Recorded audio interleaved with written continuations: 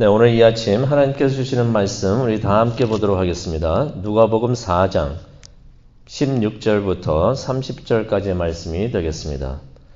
누가복음 4장 16절부터 30절까지의 말씀 우리 다 함께 한 목소리로 읽도록 하겠습니다. 다 찾으셨으면 읽도록 하겠습니다. 예수께서 그 자라나신 곳 나사렛에 이르사 안식일에 늘 하시는 대로 회당에 들어가사 성경을 읽으려고 서심해 선지자 이사야의 글을 들이거늘 책을 펴서 이렇게 기록된 데를 찾으시니 곧 주의 성령이 내게 임하셨으니 이는 가난한 자에게 복음을 전하려 하시려고 내게 기름을 부으시고 나를 보내사 포로된 자에게 자유를 눈먼 자에게 다시 보게 함을 전파하며 눌린 자를 자유롭게 하고 주의 은혜의 해를 전파하게 하려 하심이라 하였더라. 책을 덮어 그 맡은 자에게 주시고 앉으시니 회당에 있는 자들이 다 주목하여 보더라. 이에 예수께서 그들에게 말씀하시되 이 글이 오늘 너희 귀에 응하였느니라 하시니 그들이 다 그를 증언하고 그 입으로 나오는 바 은혜로운 말을 놀랍게 여겨 이르되 이 사람이 요셉의 아들이 아니냐.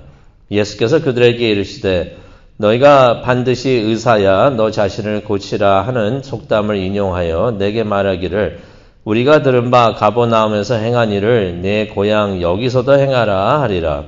또 이르시되 내가 진실로 너희에게 이르노니 선지자가 고향에서는 환영을 받는 자가 없느니라. 내가 참으로 너희에게 이르노니 엘리야 시대에 하늘이 3년 6개월 동안 갇히어 온 땅에 큰 흉년이 들었을 때에 이스라엘에 많은 과부가 있었으되 엘리야가 그중 한 사람에게도 보내심을 받지 않고 오직 시돈 땅에 있는 사렙다의 한 과부에게 뿐이었으며 또 선지자 엘리사야 때에 이스라엘에 많은 나병 환자가 있었을 때 그 중에 한 사람도 깨끗함을 얻지 못하고 오직 수리아 사람 나만 뿐이었느니라. 회당에 있는 자들이 이것을 듣고 다 크게 화가 나서 일어나 동네 밖으로 쫓아내어 그 동네가 건설된 산 낭떠러지까지 끌고 가서 밀쳐 떨어뜨리고자 하되 예수께서 그들 가운데로 지나서 가시니라. 아멘. 하나님, 오늘 이 말씀을 통하여 하나님의 음성을 듣기를 원합니다. 말씀을 안수하여 주시고 각자 이 말씀을 듣는 우리 모두에게 큰 은혜로 함께하여 주시옵소서. 감사합니다. 예수님의 이름으로 기도합니다. 아멘. 우리가 누가복음 4장 14절을 보게 되면은 예수님에 대한 소문이 그때에 많이 퍼지기 시작했다, 사방에 많이 퍼지기 시작했다는 말씀이 있습니다. 그 소문이라는 것은 어떤 것을 말하고 있냐면요. 예수님께서 광야에서 시험을 당하신 그 소문이 아니고요. 그 광야 시험 후에 일어났던 일에 대한 소문이 됩니다. 이러한 사건들이 요한복음 1장 19절에서 4장 45절에 기록이 되어 있는데요. 간단히 추려서 우리가 생각을 해본다면 무슨 사건들이 있었냐면은 세례 요한이 예수님을 보고서 하나님의 어린 양이라고 증언을 합니다. 또 가나의 혼례 장치에 가서는 기적을 행하십니다. 또 성전을 정결하게 하십니다. 또 사마리아에 가서 한 여인을 만나시고 또 그곳에서 큰 집회를 여십니다. 이로 인해서 나사렛에서 기적을 행하는 자가 나왔다는 소문이 막 퍼지기 시작을 했는데요. 이것을 우리가 쉽게 말한다면 예수님께서 그때 한참 뜨고 있으셨다는 것입니다. 유명인이 되셨다는 것입니다. 바로 그때 우리가 4장 16절을 가시게 되면은 예수님께서 자라나신 곳 나사렛으로 예수님께서 가셨다는 것을 우리가 보게 됩니다. 그러니 그의 가족들, 친구들, 또 동네 사람들이 모두 그렇게 유명인이 된 한참 뜨고 있는 예수님을 모두 다가 보고 싶어 했을 것입니다.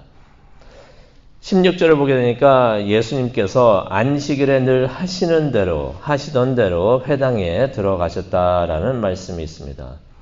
예수님께서 안식일, 토요일을 말하고 있죠. 토요일에 항상 성전에 가셔가지고 예배를 하셨다는 것입니다. 그런데 당시의 유대교는 많은 문제점들을 가지고 있었습니다.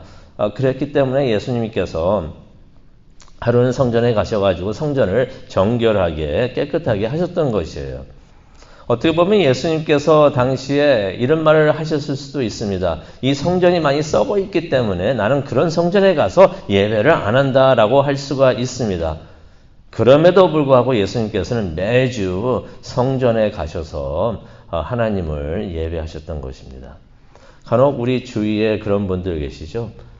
교회에 문제가 많아서, 교회가 싫어서, 누가 싫어서 교회에 가서 예배를 안 한다. 아니면 교회에다가 11조를 내지 않는다라는 사람들이 있습니다.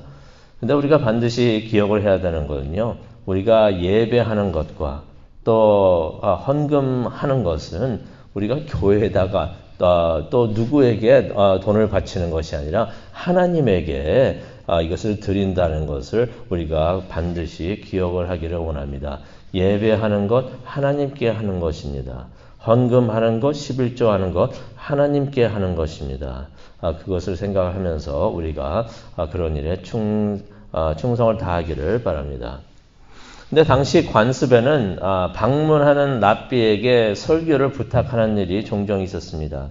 예수님께서 그때 한참 뜨고 있었던 유명한 랍비였기 때문에 예수님께서 이제 성전에 들어오시니까 설교 부탁을 했던 것입니다. 그래서 예수님께서 설교 부탁을 받으시고 회당에서 이제 설교를 하시는데요. 예수님의 설교 본문을 보게 되면 이사야서 61장 1절부터 2절까지의 말씀을 됩니다. 그 17절, 18절, 누가복음 4장 17절, 18절, 19절에 나와 있습니다. 근데 예수님의 설교 내용을 보게 되면 무척이나 획기적이었다는 것을 우리가 알 수가 있는데요. 크게 두 가지를 예수님께서 말씀을 하십니다. 첫 번째는요. 하나님의 말씀이 나를 통해서 이루어졌다라고서 말씀을 하십니다. 18절을 우리가 보기를 원하는데요. 누가복음 4장 18절을 보니까 예수님께서 이런 말씀을 하십니다.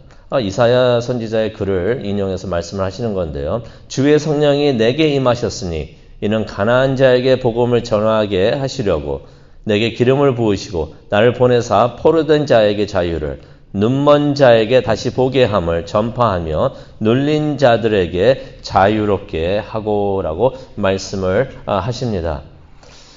이 말씀을 하시면서 이 말씀은 앞으로 오시는 그 메시아에 대한 예언의 말씀이 되는데 예수님께서 이 말씀을 읽으시니까 모든 사람들이 20절에 보니까 다 예수님을 쳐다봤다고 합니다.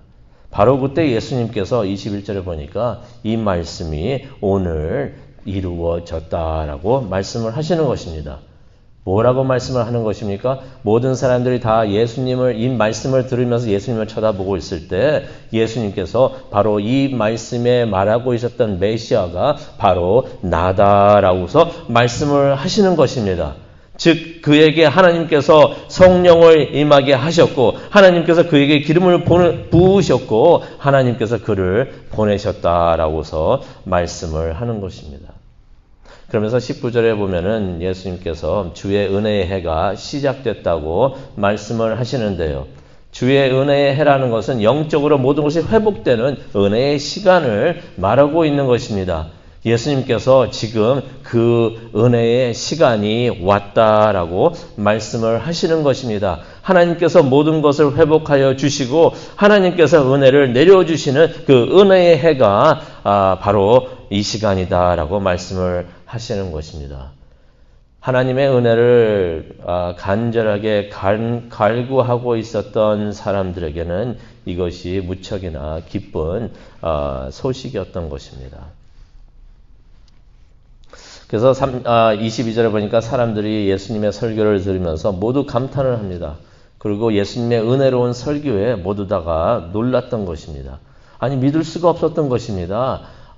우리가 다 아는 예수인데 22절에 보니까 이 자는 요셉의 아들이 아니냐라는 말을 하면서 사람들이 모두 다 놀랐던 것이에요. 아니 어렸을 때 코 흘리면서 동네 길가에서 뛰놀던 요셉의 아들이 아니냐. 그의 형제, 자매, 가족들이 다 우리 친구들이 아니고 우리 동네에 사는 사람들이 아니냐라고 말을 하는 것입니다. 예수님께서 그렇게 위대한 설교를 하시고 위대한 일을 하시고 유명인이 되셨다는 것이 기특하고 자랑스럽다는 것이 아니라 믿지 못하겠다는 것이에요. 그래서 그들이 그저 그 들은 소문들이 사실인가 아닌가 확인하고 싶었던 것입니다. 그래가지고 23절에 보니까 다른 곳에서 행했던 기적을 예수님에게 와가지고 똑같은 거 또 해보라고 예수님께 요구했다는 것을 우리가 예수님의 말씀을 통해서 23절에 우리가 알 수가 있습니다. 이는 마치 동네에 유명한 마술사가 왔는데 그 마술사 보고 이것도 해보시오 저것도 해보시오 신기하니까 이것도 해보시오 하면서 그렇게 요구를 하는 것과 마찬가지입니다. 하지만 예수님께서는 그런 요구를 들으신 다음에 그냥 거절을 하십니다. 근데 사람들이 자신들의 요구가 거절당하자 무척이나 언짢아 합니다. 굉장히 기분 나빠하기 시작을 합니다. 그것을 본 예수님께서 24절에 이렇게 말씀하십니다. 내가 진실로 너희에게 이르노니 선지자가 고향에서는 환영을 받는 자가 없다. 사람들이 이 말을 들은 다음에 무척이나 기분 나빠하면서 그들의 마음에 적대감이 막 끓기 시작을 합니다. 그러다가 이 다음에 예수님께서 하신 말씀이 있는데요. 그 말씀을 들은 다음에 이 사람들이 무척이나 화를 내는데요. 앞으로 하시는 예수님의 말씀이 그들의 화를 북돋는 그들이 크게 터지게 되는 그런 도화선이 되게 됩니다. 예수님께서 25절에 보니까 이런 말씀을 하십니다. 엘리야 시대에 3년 반 동안 큰 흉년이 들었는데 그때 이스라엘에 많은 과부가 있었지만 하나님께서는 사렙다의 한 과부만 도우셨다라는 말씀을 25절하고 26절에 하십니다. 무슨 말입니까? 이스라엘에도 도움이 많이 필요한 사람들이 있었는데 많은 과부들이 있었는데 하나님께서는 그들을 다 무시하고 이방인 과부만 도우셨다는 것입니다. 또 예수님께서 27절에 보니까 엘리사 때에 이스라엘에 많은 나병 환자들이 있었지만은 수리아인 나아만만 도와주셨다라는 말씀을 하십니다. 하나님께서 이스라엘 사람들이 아닌 이방인만을 도우셨다는 것입니다. 이 말을 들은 유대인들이 무척이나 자존심 상해하면서 예수님께 화를 내기 시작합니다. 이유가 있었습니다. 나사렛은 어떻게 보면 다민족 마을이었어요. 그 마을에는 유대인들도 있었지만은 다민족 이방인들도 많이 살고 있었는데 그곳에 있던 유대인들은 항상 자신들이 다른 이방인보다 나은 사람이라고 생각을 했었습니다. 이방인들을 하찮게 생각을 하고 함부로 대하면서 자신들이 급이 다른 훌륭한 사람이라고 이렇게 생각을 했던 것이에요. 그래서 다른 민족 사람들에게는 매우 배타적이었었는데요. 그랬는데 갑자기 동네에서 옛날에 자라났던 아이가 와서 한다는 소리가 하나님께서 이방인들에게는 은혜를 주시지만은 유대인들에게는 심판을 주신다라는 말씀을 하니까 무척이나 기분 나빠했던 것입니다. 아니 괘씸하게 생각을 했던 것입니다. 아니 요셉의 아들 아니냐. 와가지고 한다는 소리가 이것밖에 못하느냐라고서 그렇게 생각을 했다는 것입니다.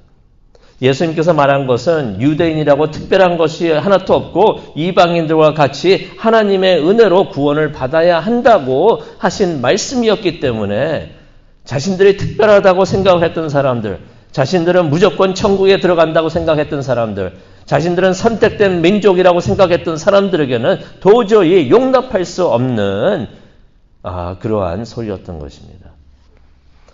그래서 그 자리에 있던 사람들이 크게 화를 냅니다. 그래서 28절에 보게 되면 큰 소리가 났다라는 그러한 말씀이 기록되어 있습니다.